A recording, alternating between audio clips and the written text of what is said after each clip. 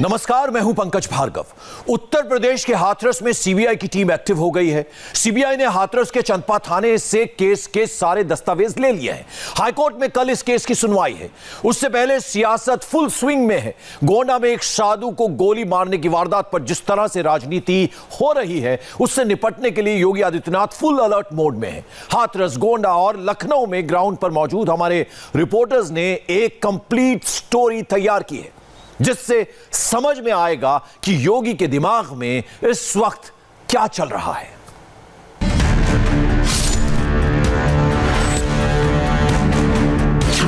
UP में गोंडा के राम जानकी मंदिर में रात के 2 बजे गोली चली। मंदिर के पुजारी सम्राट दास को गोली लगी तो उनको फौरन पहले जिला अस्पताल फिर लखनऊ के ट्रॉमा सेंटर पहुंचाया गया। बोले महाराज क्या बोला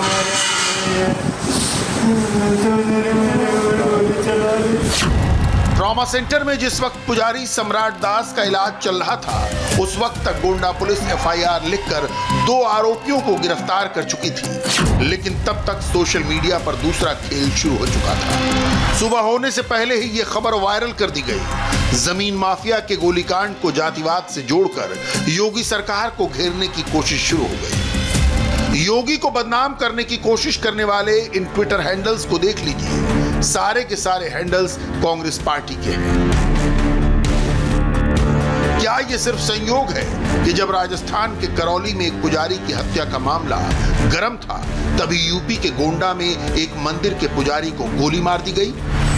करौली में मंदिर की जमीन कब्जा करने का मामला था, गोंडा में भी मंदिर की जमीन पर कब्जे का मामला निकला। करौली में राजस्थान की कांग्रेस सरकार कटघरे में थी। यूपी में महंत योगी आदित्यनाथ की सरकार को घेरने की कोशिश की गई। उत्तर प्रदेश में साधुओं और पुजारियों की हत्या और हत्या की कोशिश के मामलों का यह ग्राफिकल मैप रातों रात तैयार किया गया। इस मैप में योगी राज की तुलना जंगल राज से की गई। कांग्रेस नेताओं ने एक साथ 10,000 ट्विटर हैंडल से इसे वायरल किया। रविवार सुबह होते होते इसे 10 करोड़ लोगों के मोबाइल फोन तक पहुंचा दिया गया। गोंडा के गोलीकांड के मुख्य आरोपी की जाति बताकर योगी आदित्यनाथ पर उंगली उठाई गई। सवाल है कि क्या उत्तर प्रदेश में सुनियोजित साजिश चल रही है? क्या गोंडा में करौली का हिसाब बराबर किया गया? योगी आदित्यनाथ के खिलाफ साजिश कौन करता है? कोई गोली मारता है, कोई वायरल करता है। क्या गोंडा कांड में भी कोई सियासी एंगल है? उत्तर प्रदेश में योगी आदित्यनाथ के सारे दुश्मन एक हो गए हैं। 22 करोड़ की आबादी वाले सूबे की हर छोटी बड़ी घटना को नेशनल हेडलाइन बनाने के लिए गैंग दिन रात लगा रहता है। वही गैंग वायरल का खेल खेलता है। योगी के दुश्मन कभी जाति के नाम पर बांटते हैं, कभी संप्रदाय के नाम पर बांटते हैं, कभी राम और रहीम के नाम पर साजिश रचते हैं, तो कभी किसान और मजदूर के नाम पर लोगों को भड़काते हैं। ये लोग लगातार इस प्रकार के प्रयास किए जा रहे हैं। इन्होंने पहले देश को बांटा, उसके बाद जाति के आधार पर सामाजिक ताने बाने को छिन्न भिन्न किया। जब भी इन्हें सत्ता मिली, इन्होंने अपने परिवार के अलावा किसी को नहीं माना। इन सब के चेहरों को पहचानिए तो इनके लिए अपना परिवार और अपना खानदान ही देश है, वही समाज है, बाकी कुछ नहीं है। लेकिन जब भी सत्ता में आते हैं तो परिवार की बात करते हैं, वंश की बात करते हैं, परिवार तक सीमित रह जाते हैं। और जब भी इससे बाहर जाते हैं, सत्ता के बाहर जाते हैं, तो उस समय फिर विभाजन और षड्यंत्र करने में कोई कोताही नहीं बरतते। गोंडा, बागपत, बलरामपुर और हाथरस, उत्तर प्रदेश में जहां भी कोई वारदात हुई, योगी सरकार ने फौरन एक्शन लिया। हाथरस कांड की हाईकोर्ट में सुनवाई होने वाली है। पीड़ित परिवार न्यायिक जांच या किसी जज की देखरेख में सीबीआई जांच की मांग कर रहा है। योगी आदित्यनाथ भी यही बात कह रहे हैं। उत्तर प्रदेश सरकार ने सुप्रीम कोर्ट में ठीक यही हलफनामा दायर किया है कि सुप्रीम कोर्ट अपनी निगरानी में सीबीआई की जांच करा ले। हाथरस के पीड़ित परिवार को सुरक्षा दी गई। गांव में पुलिस फोर्स को तैनात किया गया। पीड़ित परिवार के घर सीसीटीवी से निगरानी शुरू हुई। सभी आरोपियों की गिरफ्तारी हुई। एसआईटी रिपोर्ट पर 5 अफसर सस्पेंड किए गए। योगी सरकार ने सीबीआई जांच के आदेश दिए। हाथरस में विपक्ष का पॉलिटिकल टूर अब खत्म होने लगा है। आखिरी इंसाफ कानून को ही करना है। योगी सरकार के अनुरोध पर सीबीआई ने हाथरस कांड की नई एफआईआर दर्ज कर ली है और जांच शुरू कर दी है। इलाहाबाद हाईकोर्ट की लखनऊ बेंच में इस केस की सुनवाई से पहले योगी सरकार ने परिवार की सुरक्षा के पूरे इंतजाम कर दिए हैं। अब देखिए कि हाथरस के बहाने उत्तर प्रदेश के साथ कैसी कैसी साजिशें रची गई। जातीय दंगे कराने की साजिश, दलितों और ठाकुरों को भिड़ाने की कोशिश, सोशल मीडिया पर भड़काऊ मैसेज वायरल कराने की साजिश, वेबसाइट बनाकर दंगे की ट्रेनिंग, विदेश से दंगे के लिए 100 करोड़ की फंडिंग। योगी आदित्यनाथ की सरकार अगर अलर्ट न होती तो उत्तर प्रदेश जातीय दंगों की आग में जल जाता। अब तो इन लोगों के चेहरे बेनकाब होते जा रहे हैं। देश के खिलाफ दंगों की साजिश रचने वाले लोगों के साथ इनके संबंध उजागर होते हुए दिखाई दे रहे हैं।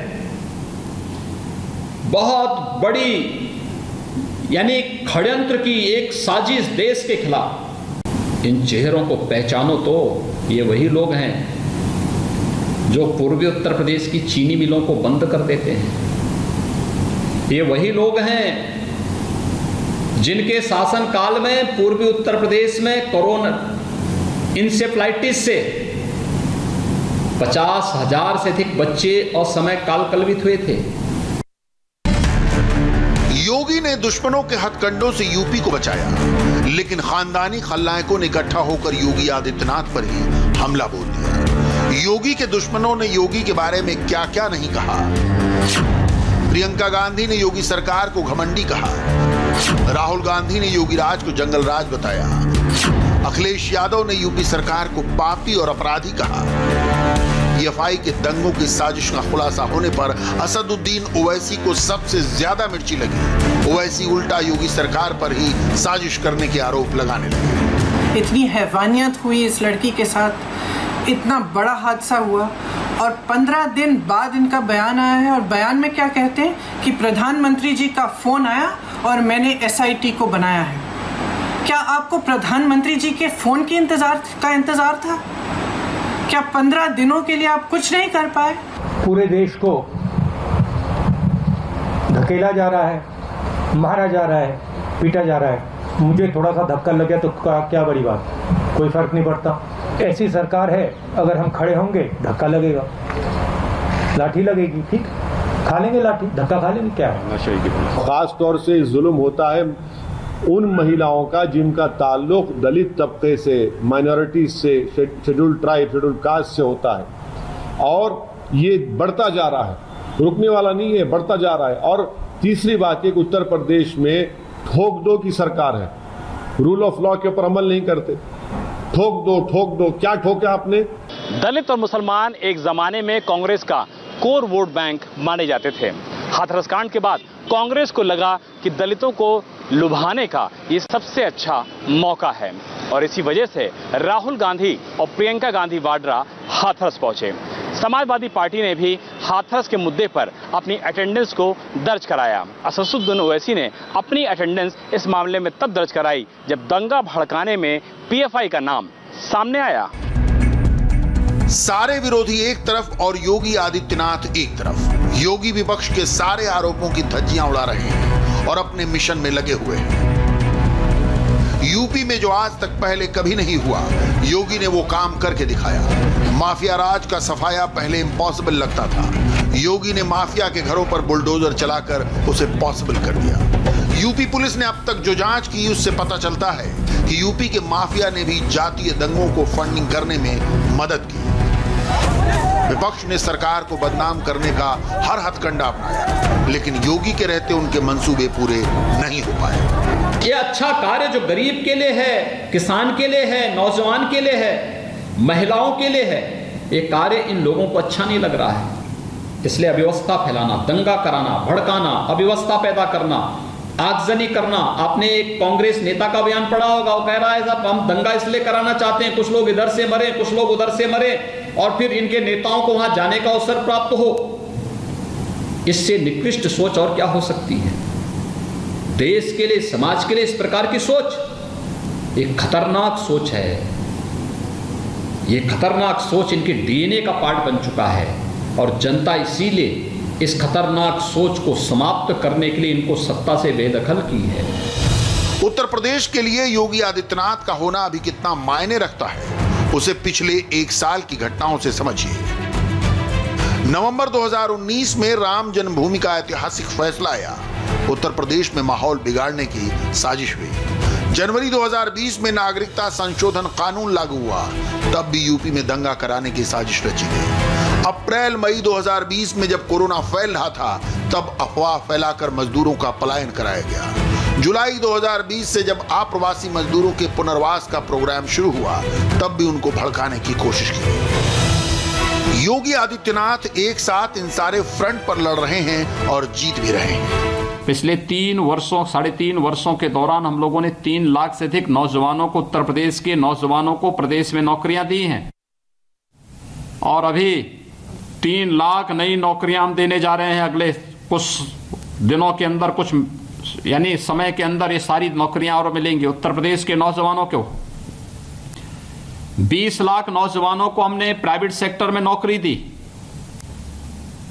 करोड़ों नौजवानों के लिए रोजगार और स्वतः रोजगार के दरवाजे खोले। प्रदेश के लिए एक एजेंडा लेकर के चल रहे हैं कि आगामी 2 वर्ष के अंदर एक प्रयास होना चाहिए हर परिवार के कम से कम एक व्यक्ति को नौकरी के साथ, रोजगार के साथ या स्वतः रोजगार के साथ जोड़ने के लिए। योगी सरकार इन दिनों काफी व्यस्त नजर आ रही है। सरकार की तरफ से कई सारे प्रोजेक्ट्स का निर्माण कार्य शुरू हुआ है। अयोध्या में राम मंदिर का निर्माण शुरू हुआ है, तो वहीं जेवर में इंटरनेशनल एयरपोर्ट का भी काम शुरू हुआ है। ऐसे में ग्रेटर नोएडा के पास यमुना एक्सप्रेसवे में मुख्यमंत्री योगी आदित्यनाथ फिल्म सिटी बनवाने जा रहे हैं, तो गाजियाबाद में एक ऑक्सीजन प्लांट का हाल ही में उद्घाटन हुआ है और आने वाले दिनों में जल्द ही लखनऊ में एक कैंसर अस्पताल के साथ साथ एक फ्लाईओवर का उद्घाटन होने जा रहा है। देश और प्रदेश पर जिस एक परिवार ने सबसे ज्यादा राज किया, वो परिवार दिल्ली में भी बेचैन है और लखनऊ में भी। सड़क पर उतरकर सच के साथ राजनीति करने की जगह योगी के दुश्मन वायरल के खेल में लगे हैं। मगर योगी को मालूम है कि राजकाज कैसे चलाना है और राजनीति के पैतरों को परास्त कैसे करना है। उत्तर प्रदेश में योगी एक्ट कर रहे हैं, तो वहीं दिल्ली में प्रधानमंत्री मोदी एक्शन में हैं। आज मोदी ने 1 घंटे तक देश से सीधा संवाद किया है। विपक्षी पार्टियों और अपने विरोधियों पर जमकर हमला बोला है। मोदी ने अपनी बातों से और स्पीच की टाइमिंग से बिहार की जनता को डायरेक्ट कांटेक्ट किया है। तो क्या बिहार चुनाव से ठीक पहले मोदी की कही एक बात उनके विरोधियों की टेंशन बढ़ा सकती है? इसका जवाब आपको हमारी इस रिपोर्ट में मिलेगा। हमने करके दिखाया, वो नहीं कर पाए थे। मोदी ने ताल ठोक दी है। बिहार चुनाव से ठीक पहले विरोधियों पर तीखा हमला बोल दिया है। जिनकी काली कमाई का रास्ता बंद हो गया है, उनको आज समस्या हो रही है। जिनके गैर कानूनी तौर तरीके बंद हो गए, दिक्कत उन्हें हो रही है। किसानों के बैंक खाते में सीधा पैसा पहुंचने से जिनको परेशानी हो रही है, वो आज बेचैन है। प्रधानमंत्री मोदी के तेवर से साफ है कि आने वाले दिनों में किसने क्या किया, इसका पूरा हिसाब किताब दिया जाएगा। किसने किसको लूटा, इसका भी जवाब मांगा जाएगा। बिहार चुनाव से ठीक पहले मोदी ने जो कुछ भी कहा है, उसका डायरेक्ट असर बिहार के वोटर्स के दिमाग पर पड़ेगा और इस बात की गारंटी है कि विपक्षी खेमे में अभी से हलचल मचनी तय है। दलालों, बिचौलियों, घुसखोरों, कमीशनबाजों, इनके दम पर राजनीति करने वाले कितना ही चाहे, कितने ही सपने देख ले, कितना ही झूठ फैला ले, लेकिन देश रुकने वाला नहीं है। प्रधानमंत्री मोदी ने अपनी स्पीच में जिस झूठ का जिक्र किया, उसकी पूरी डिटेल मोदी विरोधियों की टाइमलाइन पर पड़ी है। विपक्ष हर रोज कोई न कोई आरोप लगाकर मोदी को घेरने की कोशिश करता है। राहुल गांधी की ट्विटर टाइमलाइन में भले ही उनका कई फीट ऊंचा कटआउट लगा हो, लेकिन उनके शब्द मोदी विरोध वाले ही होते हैं। कांग्रेस पार्टी के आधिकारिक ट्विटर हैंडल से राहुल गांधी और मोदी की तुलना के चक्कर में मोदी का 4 साल पुराना वीडियो ट्वीट कर दिया जाता है। उसे मौजूदा स्थिति से जोड़कर दिखाया जाता है, लेकिन मोदी को घेरने के चक्कर में विपक्ष अपना ही नुकसान कर लेता है। और ऐसा एक बार नहीं, कई बार हुआ है, बार बार हुआ है और इस बार भी हुआ है। रविवार को मोदी ने विपक्ष के अरमानों पर कुछ इस अंदाज में पानी फेरा है। ये लोग देश के विकास को रोकना चाहते हैं। ये लोग नहीं चाहते हैं कि हमारे गांव, गरीब, हमारे किसान, हमारे श्रमिक भाई बहन भी आत्मनिर्भर बने। करोड़ों भारतीयों की भुजाएं जहां एक तरफ भारत के नवनिर्माण में जुटी हैं, वहीं ऐसे लोगों की सच्चाई भी उजागर कर रही है। देश के लूटने में लगे रहे लोगों को देश अब पहचानने लगा है। इसलिए ही ये लोग आजकल हर बात का आंख बंद करके बस विरोध करो, गाली गलौज करो, गंदी भाषा का प्रयोग करो, यही कर रहे हैं। इन्हें न गरीब की चिंता है, न गांव की चिंता है, न देश की चिंता है। उनको हर अच्छे काम के प्रति परेशानी हो रही है। पॉलिटिक्स में किसी भी सियासी भाषण की टाइमिंग का रोल बहुत अहम होता है। बिहार चुनाव में अब चंद दिनों का वक्त रह गया है और बिहार का एक बड़ा तबका यानी बिहार के 85% से ज्यादा लोग गांवों में रहते हैं। मोदी के सियासी दिमाग ने इस बात का खास ख्याल रखा और रविवार को अपने भाषण में ग्रामीण भारत का जिक्र करते हुए मोदी ने अपने विरोधियों को उनकी विफलताओं की याद दिला दी। हमारे यहां हमेशा कहा जाता है कि भारत की आत्मा गांवों में बसती है, लेकिन सच्चाई यही है कि भारत के गांवों को उनके नसीब पर छोड़ दिया गया, उनके ही हाल उनके हाथ छोड़ दिया। शौचालय की दिक्कत सबसे ज्यादा कहाँ थी भाई? गांव में थी। बिजली की परेशानी सबसे ज्यादा कहाँ थी? गांव में थी। अंधेरे में गुजारा किसको करना पड़ता था? गांव वालों को करना पड़ा था। लकड़ी के चूल्हे, धुएं में खाना पकाने की मजबूरी कहाँ थी? गांव में थी। बैंकिंग व्यवस्था से सबसे ज्यादा दूरी किसको थी? गांव वालों को थी। साथियों, इतने वर्षों तक जो लोग सत्ता में रहे, उन्होंने बातें तो बड़ी बड़ी की, उन्होंने गांव और गांव के गरीब को ऐसी ही मुसीबतों के साथ छोड़ दिया। प्रधानमंत्री मोदी के आलोचक भी कहते हैं कि वो अपने राजनीतिक विरोधियों से एक कदम आगे की सोचते हैं। मोदी को अच्छी तरह मालूम है कि इस बार बिहार के चुनावी घमासान में विपक्ष लामबंद होकर उन्हें फिर से घेरने की कोशिश करेगा। राहुल गांधी कानून व्यवस्था से लेकर दलित, पिछड़ी जाति, कृषि से जुड़े मसलों, किसानों को हो रही तकलीफ और किसान बिल के बहाने हमले तेज करेंगे, लेकिन मोदी ने इसका भी जवाब ढूंढ लिया है। मोदी की तैयारी पूरी है और रविवार को इसका ट्रेलर भी दिखा दिया गया। आपके आशीर्वाद से जितना बन पड़ेगा मुझे करना है, आपके लिए करना है, गांव के लिए करना है, गरीब के लिए करना है, दलित, पीड़ित, शोषित, वंचित के लिए करना है। पिछले 6 वर्षों में ऐसी हर पुरानी कमियों को दूर करने के लिए एक के बाद एक कामों को शुरू किया और गांव तक ले गए, गरीब के घर तक ले गए। अब देश में बिना किसी भेदभाव सबका विकास हो रहा है। पूरी पारदर्शिता के साथ सबको योजनाओं का लाभ मिल रहा है। कांग्रेस पार्टी हो या कोई और राजनीतिक दल, नरेंद्र मोदी पर सियासी बाउंसर खूब फेंके जाते हैं, लेकिन मोदी का ट्रैक रिकॉर्ड देखकर कोई भी कहेगा कि उन्हें तो हर बाउंसर को बाउंड्री लाइन से बाहर मारने की आदत हो गई है। राहुल गांधी के लिए बिहार में काबा, ये तो हम नहीं जानते, लेकिन मोदी की बातों से साफ है कि इस बार बिहार की चुनावी पिच का वार्म अप सेशन काफी गर्म रहने वाला है। साथियों, जहां अभाव होता है वहां ऐसी ऐसी ताकतों का प्रभाव, ऐसी ऐसी ताकतों का दबाव परेशान करके रख देता है। आज गांव और गरीब को अभाव में रखना कुछ लोगों की राजनीति का आधार रहा, ये इतिहास बताता है, भूतकाल बताता है। हमने गरीब को अभावों से मुक्ति का अभियान चलाया है। राजनीति में इस बात का खास ख्याल रखा जाता है कि वोटर्स के दिमाग में अपनी उपलब्धियां भी डालो और पुरानी सरकारों की नाकामी का कच्चा चिट्ठा भी खोलो। इंडियन पॉलिटिक्स में ऐसा आज से नहीं होता आया। फर्क सिर्फ इतना है कि दूसरे नेताओं की तुलना में मोदी इन बातों को अच्छी तरह जनता तक पहुंचा पाते हैं, इसीलिए लोग उनसे कनेक्ट करते हैं। ऐसे लोगों को लगता है कि अगर गांव, गरीब, किसान, आदिवासी ये सशक्त हो गए तो उनको कौन पूछेगा, उनकी दुकान नहीं चलेगी, कौन उनके हाथ पैर पकड़ेगा, कौन उनके सामने आकर के झुकेगा। और इसलिए इन लोगों का तो यही रहा कि गांव की समस्याएं बनी की बनी रहे, लोगों की समस्याएं बनी की बनी रहे, ताकि उनका काम चलता रहे। और इसलिए कामों को अटकाना, लटकाना, भड़काना, ये उनकी आदत हो गई थी। पिछले कुछ दिनों में किसान बिल को लेकर विपक्ष ने मोदी पर हमले तेज कर दिए हैं। राहुल गांधी ने तीखी बातें कही हैं। बिहार चुनाव में भी इस बिल का मुद्दा गरमाना तय है।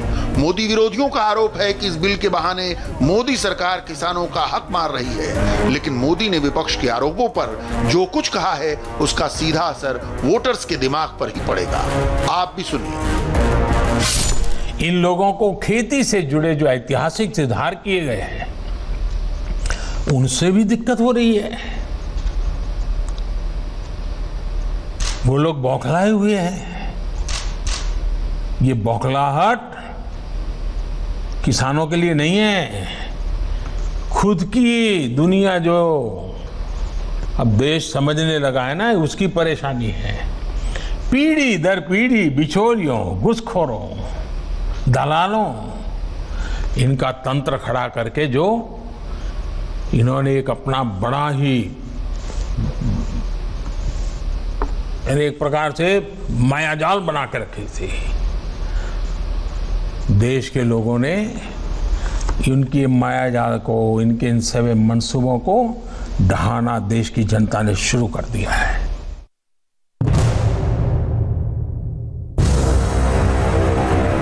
सवाल यह है कि मोदी ने जिस मायाजाल की बात की, क्या वो सीधे सीधे बिहार के वोटर्स को प्रभावित करेगा?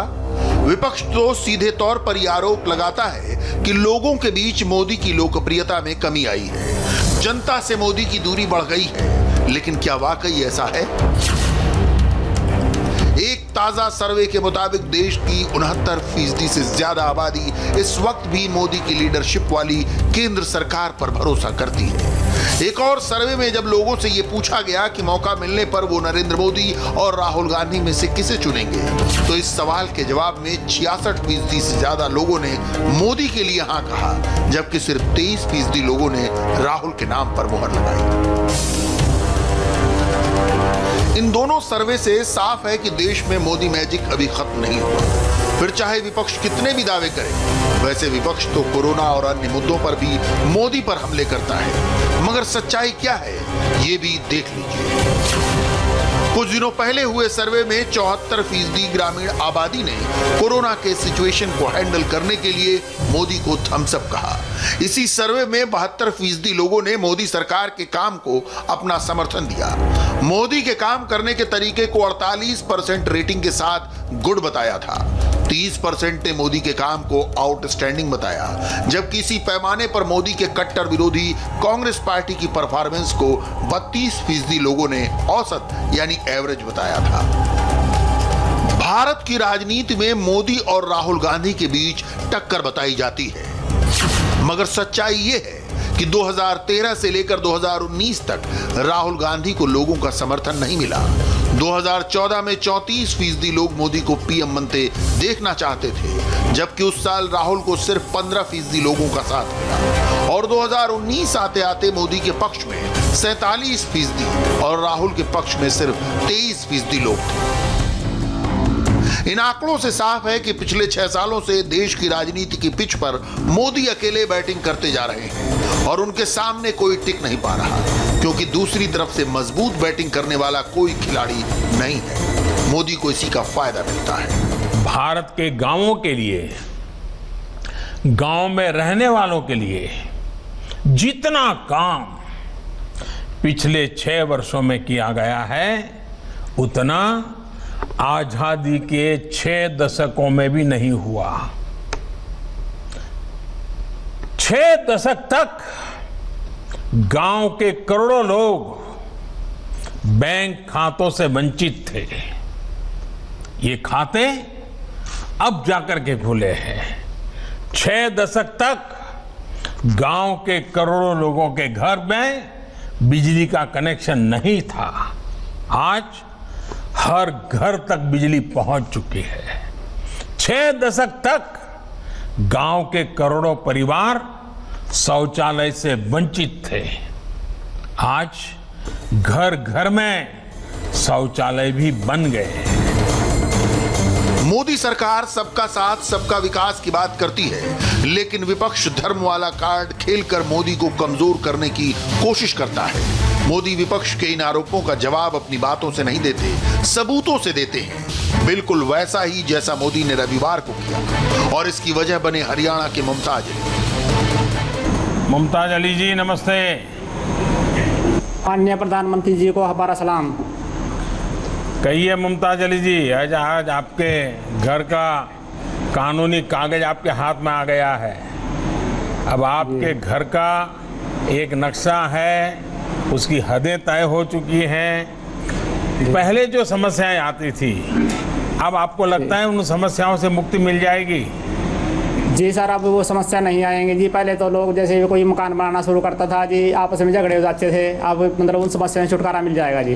अच्छा, अब आप अभी स्वयं क्या करते हैं मुमताज अली जी? मैं सर राजमिस्त्री का काम करता हूँ जी। अच्छा, राजमिस्त्री है। अच्छा, हाँ जी। क्या बनाते हैं? मकान बनाते हैं जी। घर बनाते हैं। हाँ जी। और कितना कमाते हैं? लगभग 15,000 रुपये मंथली कमा लेते हैं जी। अच्छा, आप जब मकान मालिक बन गए, राजमिस्त्री हैं, सब कुछ जानते हैं, आगे क्या सोचा है? ऐसा ही जैसे मैं राजमिस्त्री का काम करता हूँ जी, मतलब मेरे को स्वामित्व का अधिकार मिल गया है जी। अब मैं रजिस्ट्री से अपने मतलब बैंक से लोन ले सकता हूँ जी, और उससे लोन लेकर अपना सेटरिंग का काम शुरू करूँगा जी। इससे मेरा व्यवसाय बढ़ जाएगा जी। बात पूछूं? जी सर। मुमताज अली जी, बच्चों को पढ़ाओगे? हाँ जी, मेरे बच्चे पढ़ते हैं जी, अब ऑलरेडी पढ़ रहे जी। अच्छा, क्या पढ़ते हैं? लड़का +1 में पढ़ रहा है जी, और लड़की 12वीं में +2 में पढ़ती है जी। अच्छा, देखिए थोड़ा तकलीफ भी हो जाए जीवन में, तो भी बच्चों को जरूर पढ़ाइए जी। बच्चों को तो मेरे कभी उनको राजमिस्त्री बनने के लिए मजबूर मत करना। नहीं सर, मैं उनको राजमिस्त्री बनाएगी जी, तभी उनको पढ़ा रही जी। हाँ जी। मतलब साफ है, विपक्ष लाख कोशिश क्यों न कर ले, उसे भी मालूम है कि मोदी को कमजोर करना इतना आसान नहीं है। विपक्ष को अभी और मेहनत करनी होगी। अब ये मेहनत कितना रंग लाएगी, इसकी एक झलक बिहार चुनाव के नतीजों के बाद दिख जाएगी। और 4 दिन पहले हाथरस की बेटी के लिए आवाज बुलंद करती जो कांग्रेस सड़क पर दिख रही थी, अब उसके ही मंच पर कुछ ऐसा हुआ जो शर्मसार करने वाला है।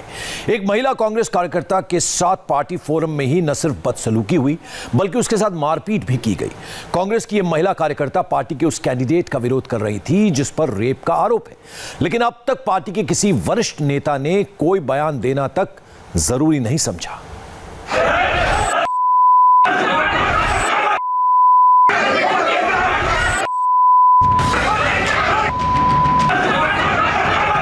गिनते जाइए, 1 2 3 4 5 6 7 8 10 11 12 13, करीब दर्जन भर से ज्यादा यहां पुरुष हैं।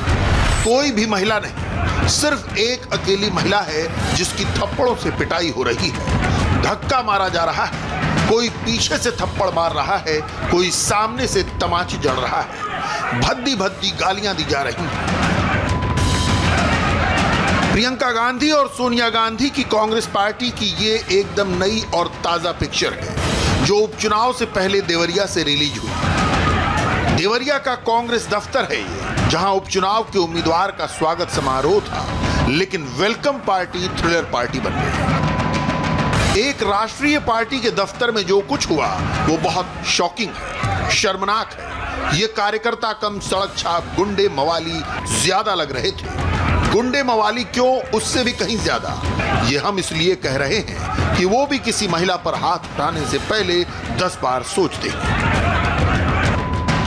ये उस पार्टी का हाल है जहां की सर्वे सर्वा और राष्ट्रीय अध्यक्ष महिला हैं और प्रदेश महासचिव महिला हैं। पूरी कहानी बताएंगे, उससे पहले ये तस्वीर देख लीजिए।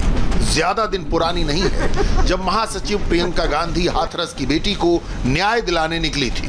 खुद ड्राइविंग सीट संभाल ली थी, लेकिन विडंबना देखिए, जब अपनी पार्टी की महिला को न्याय दिलाने की बात आई तो न आंख खुली, न जबान हिली, न ट्विटर पर उंगली चली। 24 घंटे से ज्यादा हो गए। तो हमारे माननीय प्रियंका गांधी जी जो है और वरिष्ठ जो भी हमारे नेतागण हैं, बिल्कुल मेरे से संपर्क करेंगे कि वो लोग भी कुछ न कुछ अभी बैठक कर ही रहे होंगे, सोच विचार हो ही रहा होगा कि मैं अपने बड़े नेताओं को, प्रियंका जी को मैं अच्छी तरह जानती हूँ कि हमारी पार्टी में हिंसा का कोई जगह नहीं है। जो लोग भी हिंसात्मक काम किए हैं उनके लिए कार्रवाई तो निश्चित ही होगी। बावजूद इसके देवरिया की कांग्रेस की पीड़ित महिला कार्यकर्ता तारा यादव को उम्मीद है उन्हें न्याय मिलेगा। प्रियंका गांधी जरूर बोलेंगी और न्याय करेंगी। लेकिन हुआ क्या था वो भी जान लीजिए। स्वागत समारोह कुरुक्षेत्र का मैदान कैसे बन गया, पूरा वाकया खुद तारा यादव ने सुनाया। तारा जी, इस सभा में इतने सारे लोग आपको आखिर क्यों पीट रहे थे, क्यों आपके साथ मारपीट कर रहे थे? जब मैं कांग्रेस कार्यालय गई तो वहाँ मुकुंद भास्कर जी का स्वागत समारोह था कल, और मैं वहाँ जब गई तो फूल लेकर गई थी और मैं वहाँ जो है सचिन नायक जी के पास गई और मैंने यही बोली कि सर, आपने जो है टिकट दिया है एक रेपिस्ट को, तो ये हमारी पार्टी कांग्रेस पार्टी के लिए सही नहीं है। हम जनता को क्या संदेश दे रहे हैं?